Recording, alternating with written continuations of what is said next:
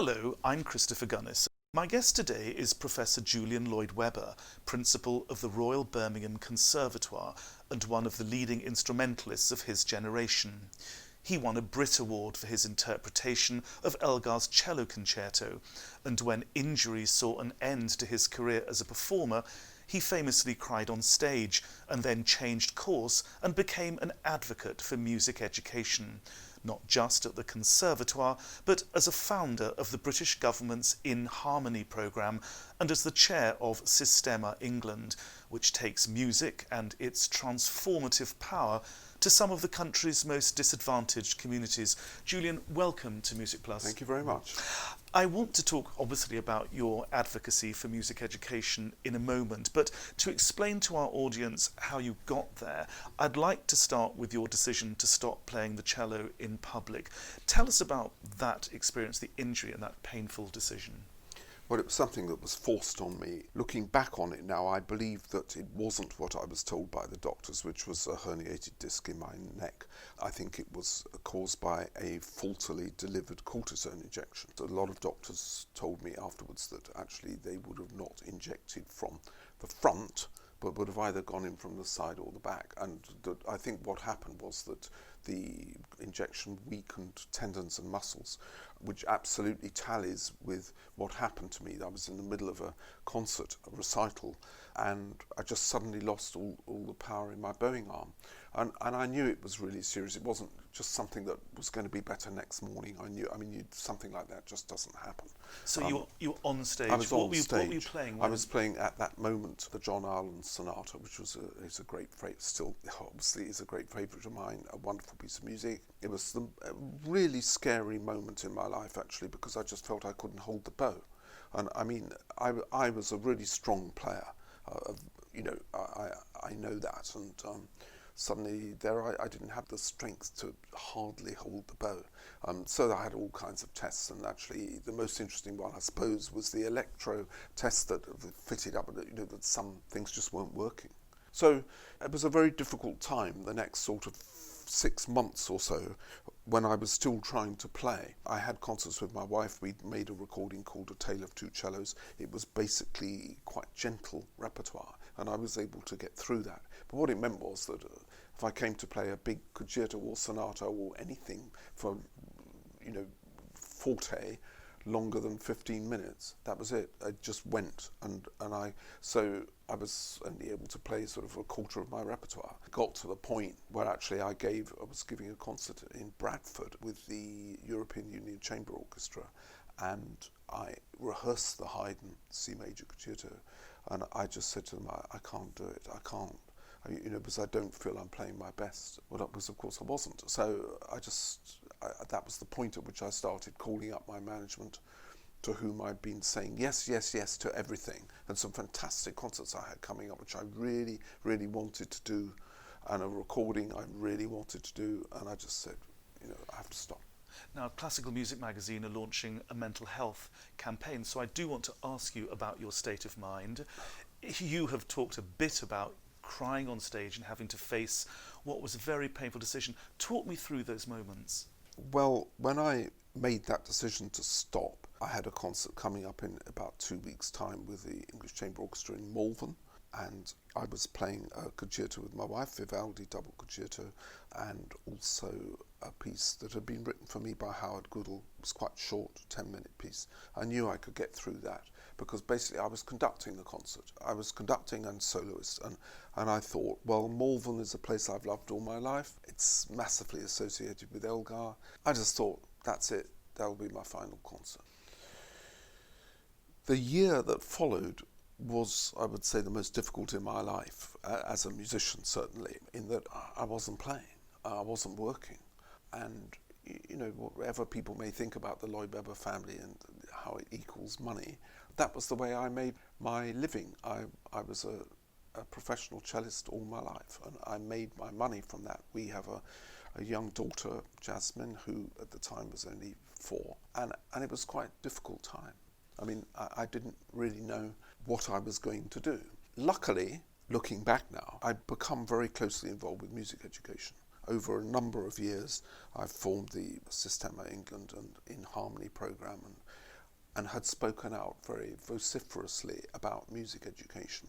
So when the job came up as advertised for the principal at Royal Birmingham Conservatoire, I thought that this is something I should definitely go for, and was fortunate enough to get the job. Is it too simplistic to suggest, and by the way, I respect the fact that you're not going to tell me about the tears. I'm very happy to do that, because I don't think anyone actually saw them. That was in... What happened? Well, the orchestra might have done, because I had my back to the audience as a conductor, and it was at the start of the concert. I think the first piece on the programme was Elgar Serenade for Strings, which is a piece I loved all my life.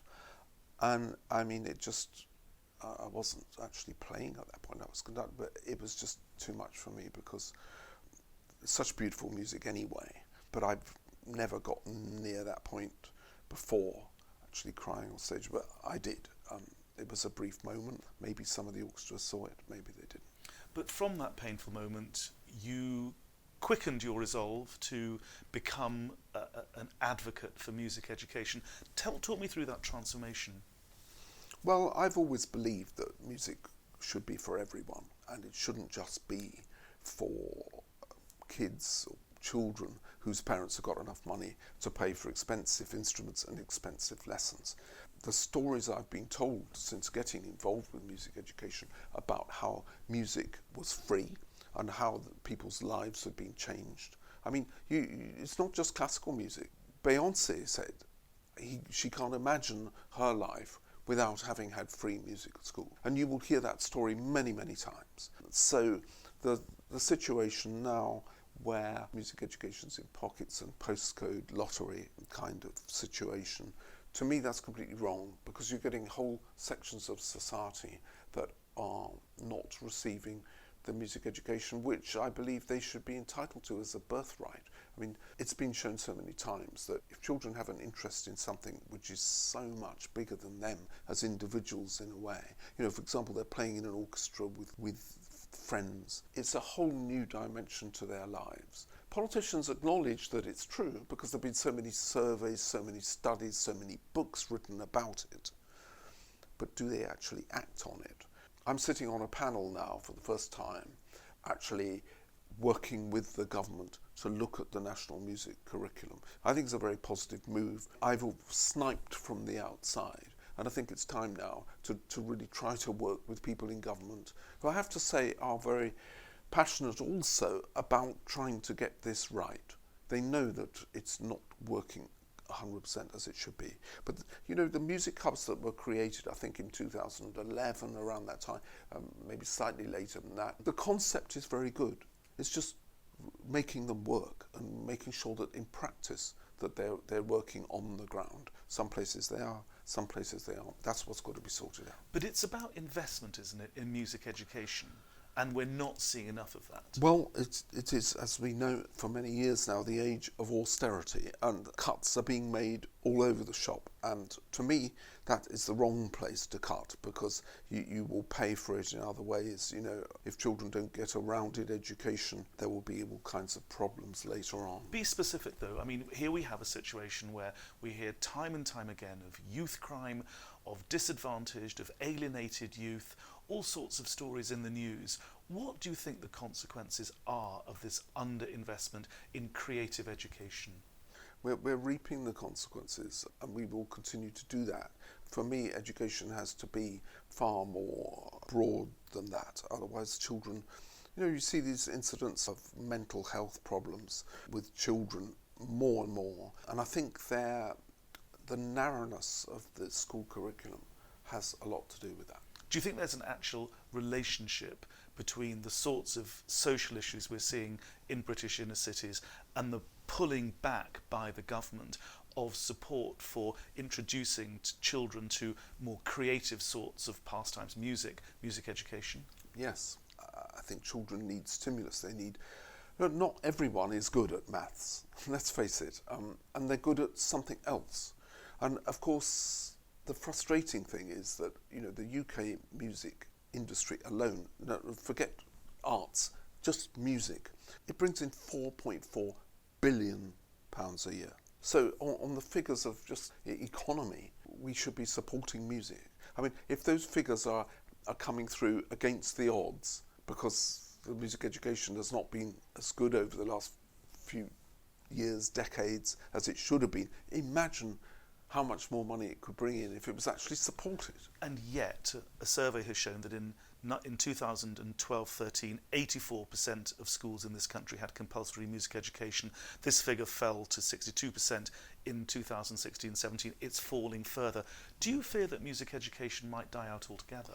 No, I think music's too powerful for that. And I think we've heard scare stories, particularly about classical music before. There will always be an audience for something as powerful and life-changing in a way as that.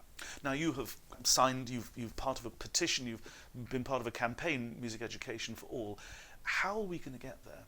I think the mood is changing. I think it's got through to the general public that, yes, why are our children not receiving these things? Why is the curriculum so narrow? So I think there's been a shift in the mood. I can feel that in my current job, and for everything that comes to me and from what people are saying.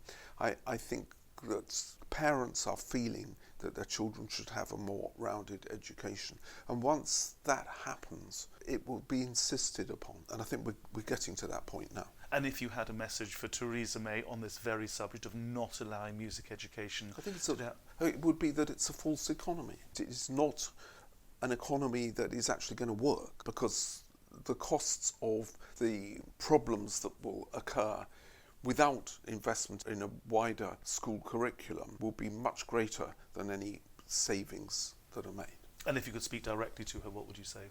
Just that. I'd say, this is a false economy. You should be investing in our children in a wide range of subjects so that they come out of school equipped to do a wide variety of jobs. I mean, one of the most important things to realise about the arts is that they will not be affected by mechanisation, and a lot of jobs will be lost to exactly that, to robots. The jobs will be being done by robots and machines. That cannot be the case with the arts. So why are we not investing more in an area where we know there won't be any job cuts? Thank you, and a reminder that you're listening to the Music Plus podcast, which features musicians who are passionate about changing the world. And if you have any comments or suggestions for guests or questions, please mail me at musicpluspodcast@outlook.com, or you can find me on Twitter at Chris Gunness. My guest today is Professor Julian Lloyd Webber, Principal of the Royal Birmingham Conservatoire. Julian, you touched on this earlier, Systema England, in Harmony. Tell me what they do and why you set this up. Well, the idea really came about after the Simon Bolivar Orchestra played at the Proms and Edinburgh Festival in 2007. I was fortunate enough to be at that concert, which was conducted by Gustavo Dudamel, who at that point was nothing like as famous as he is today. It was an astonishing performance by a very young orchestra who had basically come from extremely poor backgrounds, a lot of them, not all of them, in Venezuela. And I thought, well, if that can be produced there, why can't we do it here? And I said this in an interview to a newspaper, which was reported, and I got a call from Andrew Adonis, who was the schools minister at that point, and he said, would I be interested in leading a programme based on that idea? So this went through a long process. To cut a long story short, In Harmony was the result. It was 3 programmes based in the very poor, deprived areas. It's a good time to talk about it now, actually, because the players are coming through. It's coming to fruition. And I mean, anyone in those communities will tell you it's completely changed the whole community. So I'm proud of In Harmony, and Systema England is a kind of umbrella organisation that has taken over some of those projects and included other ones. It's still going. It's doubled from 3 to 6. I think it should have been rolled out far more, because it's worked. Just talk me through it. How does it actually work? The whole school's involved. I know that the Liverpool school, for example, in West Everton, every pupil plays an instrument, and all the staff take up an instrument, and the cooks are playing an instrument, and they all are playing together, and it's completely changed the atmosphere of the school and the achievements of the school. And where you had a situation before that the children were absentees and they weren't turning up, now they turn up because there's something they really want to do. So it's affecting their entire schoolwork. And if this could be rolled out across the country, well, what an extraordinary change there would be in the lives of those children, in the lives of those communities, and in the achievements of the children at school. Now, you, on a tour of the UK in 2015, asked members of the audience to come on stage and have a mini masterclass. Do you remember this? Yes, I do. What was that about? I mean, it's community involvement in a very individual way. Well, you see, that was the point at which I stopped playing. So I was touring with my wife, who was doing all the playing. But I thought, well, the least I can do is to offer, something on stage for a young cellist. We limited it to 2 because otherwise it would have been going on all evening. But there were some really good players came, and it was just fun. It was a piece of fun. And you can't exactly give life-changing advice in 5 minutes, but you can say 1 or 2 things which hopefully stick. Weren't people a bit in awe of you? Wasn't it a bit of a nerve-wracking thing for them? Well, I don't know. Do you see yourself as an awe-inspiring person? 1 or 2 of them didn't seem to be awe-inspired at all. They just went for it, and that's good to see. Now, on Twitter, and I've been stalking you on Twitter, really? You've been supporting this thing called Diverse Voices, a network for change. Yes. That was one of your retweets. When you look at audiences in concert halls, they are still predominantly white, and they're hardly young. How are you going to change that? This is a question that, being principal of a leading UK music college, all the music colleges are being asked this more and more. You cannot click your fingers and say that when somebody's 18, they can come in and be at conservatoire standard. It has to be in the schools. You can't get away from it. So there are sections of society, poorer white people. Let's not just make this an issue about colour or race. It's about class too. It's about access to music. And if those sections of society haven't got access to music, they can't suddenly be at conservatoire standard at 18. So it's a very difficult problem for us. And we've started an outreach programme here at Royal Birmingham Conservatoire, where we're now reaching 8,000 children across the region and beyond. And you think it could have an impact on stuff like figures for knife crime? You think it could transform the way people actually perceive their own role in society? Well, I think so, because people work together. When you're in something like an orchestra playing a piece of music by one of the great composers, you're working together at something. It's even more of a collaborative exercise than sport, because sport, no matter how great it is, and after all, I'm a Leyton Orient supporter, it is competitive. It is a competitive thing. Music isn't, and it's about getting the best possible result you can working with other people. Now, that's something which can be a transformative experience for children. Now, you've mentioned the Birmingham Conservatoire. I find it an extremely buzzy place. What's your strategic vision for this place? Well, it's quite simple, really. We aim to be the best. We also aim to be innovative and aware of the world that we live in today. We've started, for example, a long-distance learning programme in South Africa with children from Soweto, the ARCO programme, which is run by our head of strings, Dr. Louise Lansdowne. It's been a fantastic programme and actually very moving, because everything's been done digitally, and there was a time last summer when some of our people teaching the ARCO course actually got to meet the children, and it was all quite emotional because it had obviously been long distance up to that point. And it's something that's going very well. It's continuing. We want to expand it. These are the kind of projects that I think are really important today and can be done. That's the point, by using modern technology. So the ARCO programme, basically you give lessons once a week on the internet? Yes. And it's succeeding? Have you produced concerts? Definitely. I mean, they do concerts out there. It's a lifeline for those children, really, to something different, which is not available for them in their home country. And you talked a bit about the Outlook programme of the Conservatoire here, because as you rightly said, if people don't get access to music education at the age of 18, they're not going to be good enough to get into your Conservatoire. How does that outreach work? Well, we're going into schools where basically children are not getting access to music. I've been into a few of them. It's wonderful to see the children so excited by something and really enjoying playing something, and it makes a big impact on those schools. And we're not into actually going to do short one-off visits to places. We are working with the same schools, with the same children, and basically trying to give them something else in their lives, and it works. Yeah, Classical Music magazine is launching a year-long campaign promoting mental health. What are your experiences generally of how the industry deals with this? I think it's something that, like in other fields, like sports, for example, that it's something that's far more taken into account now. When I started out in the profession, I don't think there was much help out there at all, and it wasn't something that was discussed much at music college. And now I think all the music colleges are taking it very seriously. Certainly we do here. We have people coming in talking to the students, and they can access them really at any time. It's important because music is such a concentrated profession. You have to work so hard. I was talking about it being not competitive in relation to sport, but of course it isn't in terms of actually playing pieces of music. That's not a competition, but the profession itself is very competitive because there's so many people trying to do the same things, and it's something that you have to basically dedicate your life to. I mean, hours and hours a day of practicing, which can produce its own physical problems, and then there's the mental issues of going on stage and coping with things like stage fright, which basically every musician, I think, has gone through at some point. And so it's a profession that people do need support and encouragement with. How did you deal with your own mental health issues when you were a full-time performer?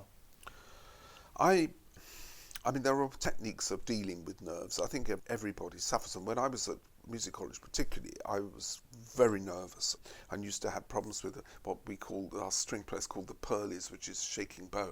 And it's so embarrassing. And my technique of dealing with it, which I would say to everyone, which is easier said than done, of course, is that you must play as much as possible to people.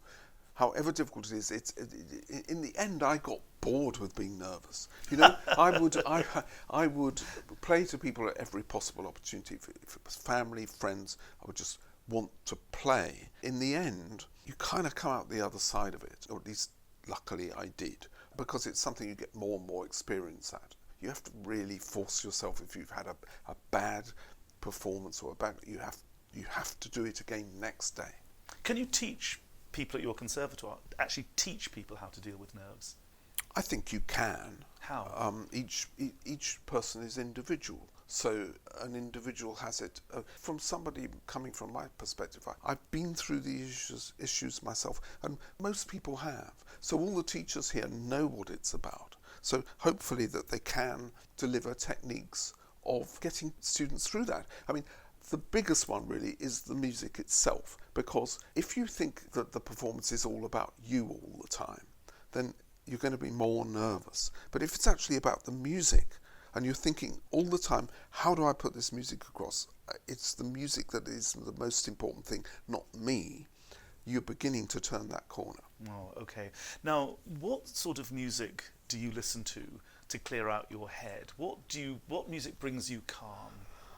I have periods of going through different kinds of music. I mean, I had a bossa nova period, and I really liked, and I still do, I love that kind of slightly chilled out music, which is always warm-hearted, by a composer like Antonio Carlos Jobim, who wrote all those wonderful bossa nova classics. I like that.